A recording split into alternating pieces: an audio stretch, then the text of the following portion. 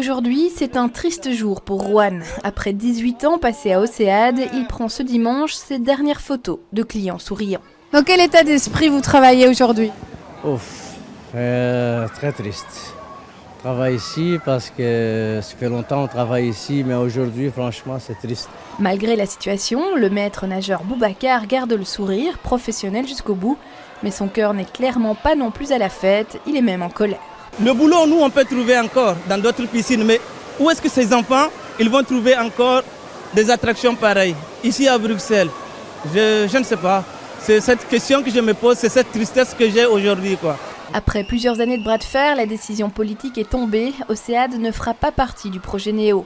Mais avant de dire adieu, Joël, le directeur marketing ici depuis 25 ans, a encore tenu à nous montrer quelque chose. C'était le projet de nouveau Océade 2020, donc on avait tout à fait une nouvelle décoration, extérieure et intérieure, avec les mêmes décoratistes qui font le décor de Tomorrowland. Et ce projet, vous l'avez soumis à qui ?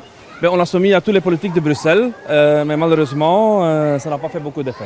Du côté de la clientèle, ce sont les derniers éclats de rire, les derniers amusements dans les bassins.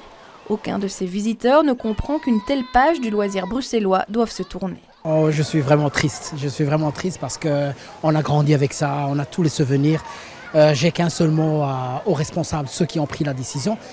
Seulement ils pouvaient venir avec nous aujourd'hui, s'amuser, voir les enfants. C'est impayable, c'est quelque chose de destructif ce que ces gens-là ont fait. Je suis très triste parce que j'aime bien la piscine et donc je suis très triste. C'est la première fois qu'on vient et c'est vrai que nous en France on a du mal à trouver ce genre de structure. Donc c'est bien dommage parce qu'il est vraiment très bien fait.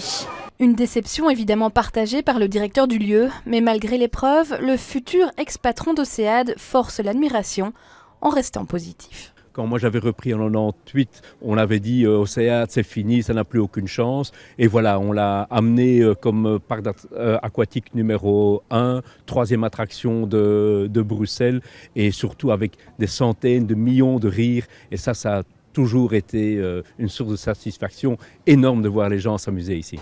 Après 30 années d'existence, Océade à Bruxelles c'est désormais terminé, mais le parc aquatique, entièrement racheté par une seule et même société pour un montant de 252 000 €, ravira désormais d'autres familles en Roumanie.